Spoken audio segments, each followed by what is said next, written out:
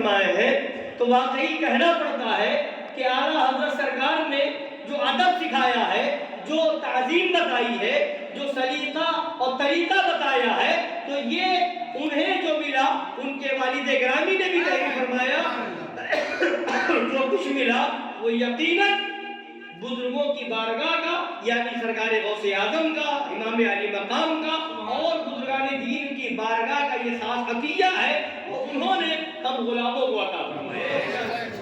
سرکار اعلیٰ حضرت نے بھی بڑی تاکید سے ادب کا سبق دیا ہے، مگر دیکھا یہ معاذ اللہ کہ لوگ جاتے ہیں وہاں ادب کا خیال نہیں، معاذ اللہ لوگوں کی دیکھا دیکھی جو ہے مسجد نبوی شریف ہے یا مسجد نبوی شریف کا صحن ہے یا اور مقامات متبرکہ ہے، چپل پہنے ہوئے ہیں چلے جا رہے ہیں، معاذ اللہ گنبد خضرا شریف کو پیٹ ہو رہی ہے یا نہیں ہو رہی ہے، کوئی بہت سے لوگوں کو دیکھا اس کا کوئی طریقہ نہیں۔ نجدیوں نے لوگوں کو بے ادب بنا دیا ہے، تو یہی سب سے بڑا فرق ہے، ان نجدیوں کے وہاں ادب نام کی کوئی چیز نہیں اور ہمارے وہاں ادب بھی سب سے اہم ہے، اور اسی ادب کا نام عشق رسول ہے، اسی کا نام محبت رسول ہے۔ صلح کلیوں کو مرچیں لگے تو لگے، جلنے والے جلے، مرنے والے مرے، مگر حقیقت یہی ہے کہ عشق رسول پہلے ہے، نماز روزہ بعد میں۔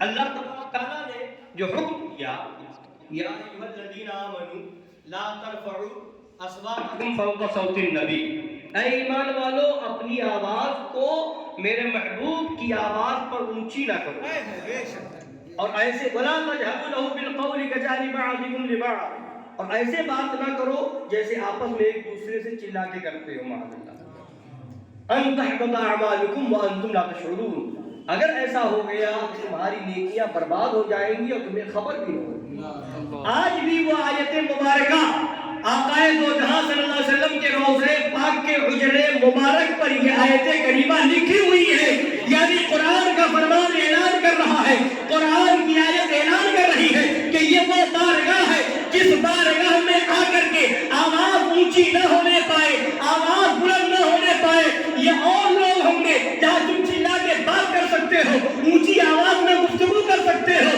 ارے عقل کے اندھو، دیو کے بندو، یہیں سے سبق لے لو، اگر باپ سے چلا کے بات کر لیے بے ادب کہلائے جاؤ گے، نیکیاں برباد نہ ہوگی، استاد سے چلا کے بات کر لو گے، اونچی آواز کر لو گے، بے ادب کہلائے جاؤ گے، عمل برباد نہیں ہوں گے۔ کسی اور کے سامنے تم نے اونچی آواز میں گفتگو کر لی، بڑے کے سامنے تو بے ادب تو کہلائے جاؤ گے، مگر تمہاری نیکیاں برباد نہ ہوگی۔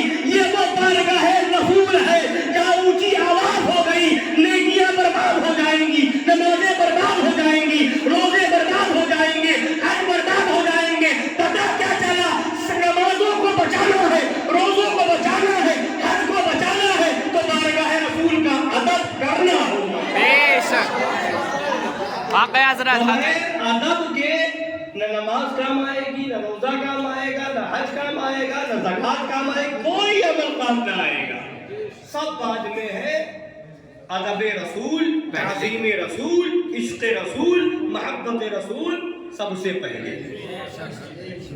تو یہ وہاں پہنچ کر کے ادب کرنا، یہ اللہ تعالیٰ ہم سب کو، آپ سب کو بار بار عظیم سی فرمائے، مگر کہنے کا مطلب یہ ہے کہ جب بھی حاضری ہو تو اس چیز کا خیال ضروری ہے کہ وہاں نہ ہمیں اونچی آواز کرنی ہے، نہ پیٹھ ہونے پائے، نہ اس بارگاہ کے قریب میں کہیں پر بھی، بلکہ اعلیٰ سرکار نے بھی یہ فرمایا کہ مدینہ طیبہ کے آنے سے پہلے ہی چپل ہٹا دو، ننگے پیر رہو، جب تک مدینہ طیبہ میں رہو، جہاں بھی اس شہر پاک میں جس جگہ بھی پیر میں چپل نہ ہو، یہی ادب ہے۔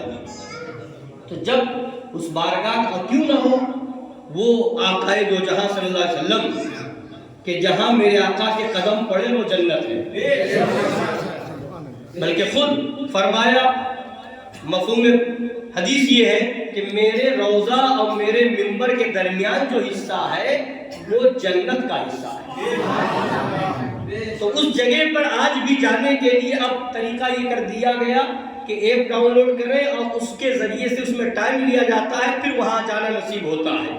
تو وہ بارگاہ نبی جس جگہ پہ قیام فرما دے، جہاں بیٹھے نماز پڑھے آنا جانا ہو، وہ دنیا میں زمین ہو مگر جنت کا حصہ بن جائے تو پتہ کیا چلا؟ خانہ کعبہ کے ارد گرد بھی جگہ ہے اور بھی مقامات ہے، مگر کسی جگہ کو یہ نہیں بتایا کہ یہ جنت کا حصہ ہے، مگر جس جگہ نبی تشریف لے گئے وہ جنت کا حصہ ہو گیا۔ تو پتہ کیا چلا؟ جس جگہ نبی تشریف فرما ہو جائے وہ جگہ جنت کا حصہ ہو جائے۔ جس آمنہ کے شکم مبارک میں نبی 9 مہینے ہے تو پھر ان کے جنتی ہونے کا کیا جواب ہوگا؟ ان وہابیوں نجدیوں کا عقیدہ معاذ اللہ کہ حضرت آمنہ رضی اللہ تعالیٰ عنہ کے بارے میں معاذ اللہ کے کفر پر خاتمہ ہوا، معاذ اللہ انہیں جہنمی سمجھتے ہیں، معاذ اللہ رب العالمین۔ ان نجدیوں نے ایسا سمجھا اور ایسا لکھا۔ تو جس جگہ پر زمین کے حصے پر نبی قدم رکھتے وہ جنت کا حصہ ہو جائے، اور قرآن کہے لا اقسم بہذا البلد وانت حل بہذا البلد، اس شہر کی قسم اے محبوب جس میں آپ جلوہ گر ہے، کھائی قرآن میں کھا کے گزر کی قسم، اس کفے پاکی حرمت پہ لاکھوں سلام۔ تو عمل یہ بعد میں ہے، ادب پہلے ہے، عشق رسول پہلے ہے۔ ابلیس تھا جنت میں تھا، فرشتوں کو پڑھاتا تھا، فرشتوں کا استاذ تھا، اور نمازیں بھی پڑھتا تھا، عبادت بھی کرتا تھا، برائیوں سے بچتا تھا، جنت کے اندر تھا۔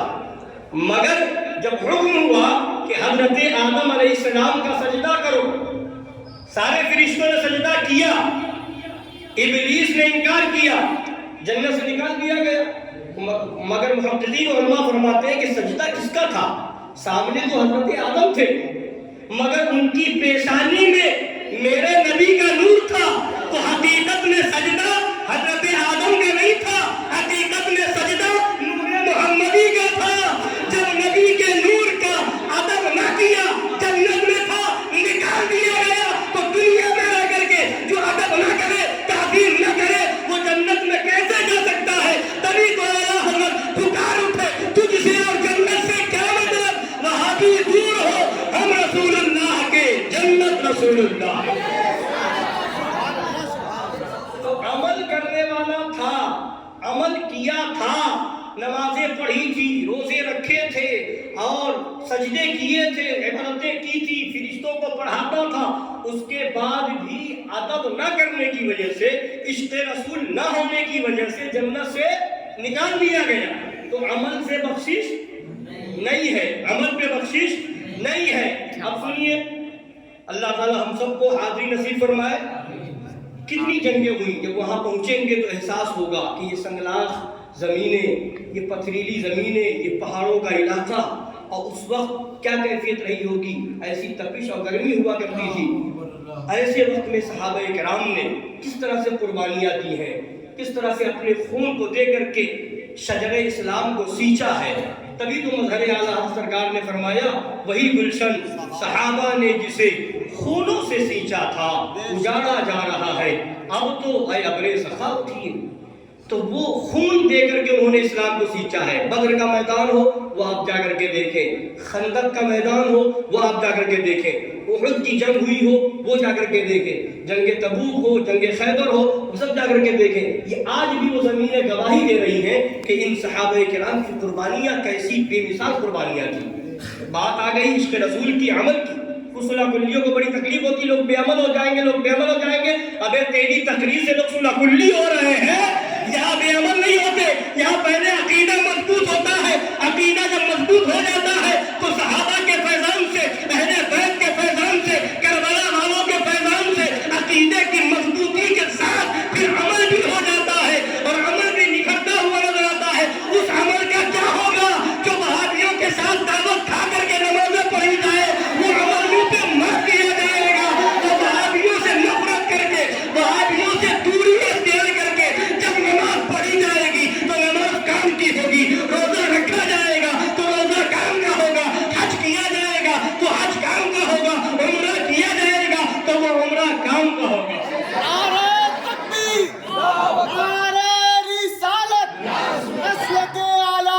جنگ خیبر ہے، صحابہ کرام تشریف لے آئے گئے، سرکار تشریف لے آئے، اور وہ حضرت اسود راعی جو ہے وہ کسی یہودی کی بکریاں چراتے تھے، حبشہ کے رہنے والے تھے، حبشی تھے۔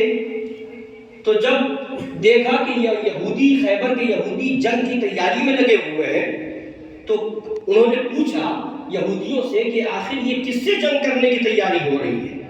تو یہودیوں نے بتایا کہ ایک شخص ہے مکہ میں پیدا ہونے والا، اس شخص نے نبوت کا دعویٰ کیا ہے، نبی ہونے کا دعویٰ کیا ہے، ان سے جنگ کرنا۔ جب یہ سنا تو ان کے دل میں ملاقات کا شوق پیدا ہوا، وہ رسول کی بارگاہ میں حاضر ہوئے، یا رسول اللہ علیہ الصلوۃ والتسلیم آپ کس چیز کی دعوت دے رہے ہیں؟ نبی نے فرمایا میں اسلام کی دعوت دے رہا ہوں، اور اسلام کی دعوت پیش فرمائی۔ تو انہوں نے عرض کیا یا رسول اللہ میں ایمان لے آؤں، اسلام قبول کر لوں تو مجھے کیا ملے گا؟ تو نبی نے فرمایا تمہیں جنت ملے گی، جنت کی نعمتیں ملیں گی۔ انہوں نے کلمہ پڑھ لیا، اسلام قبول کر لیا، مسلمان ہو گئے۔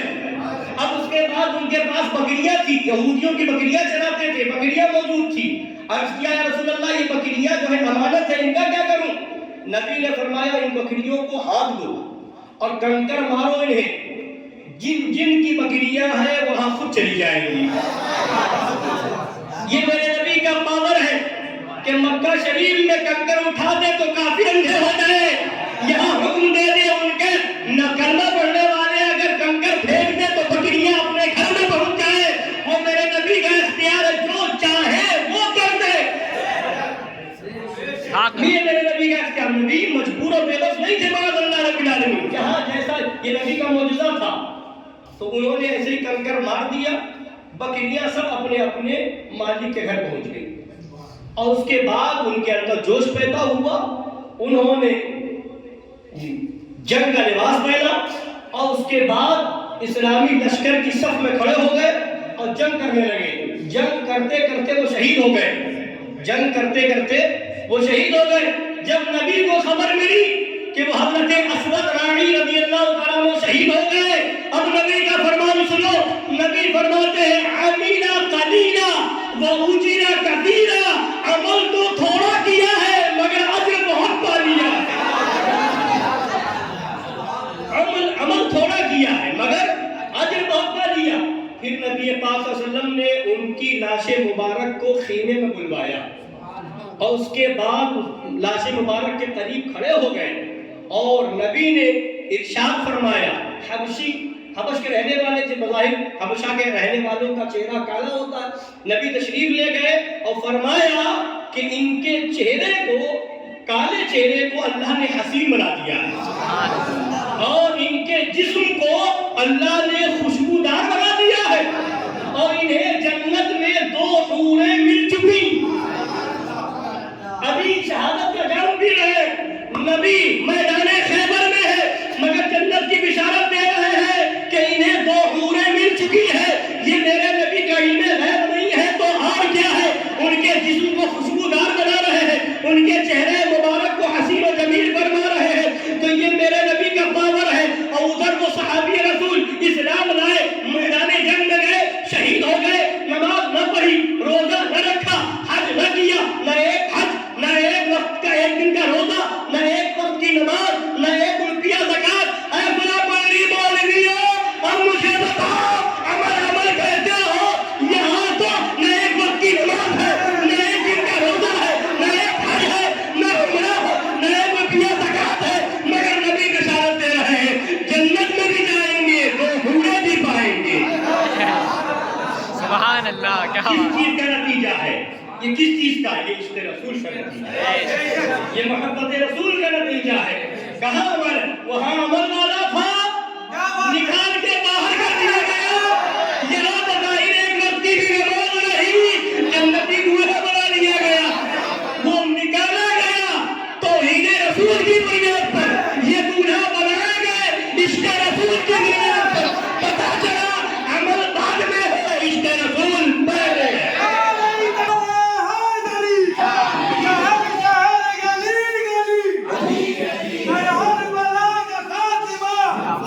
محبت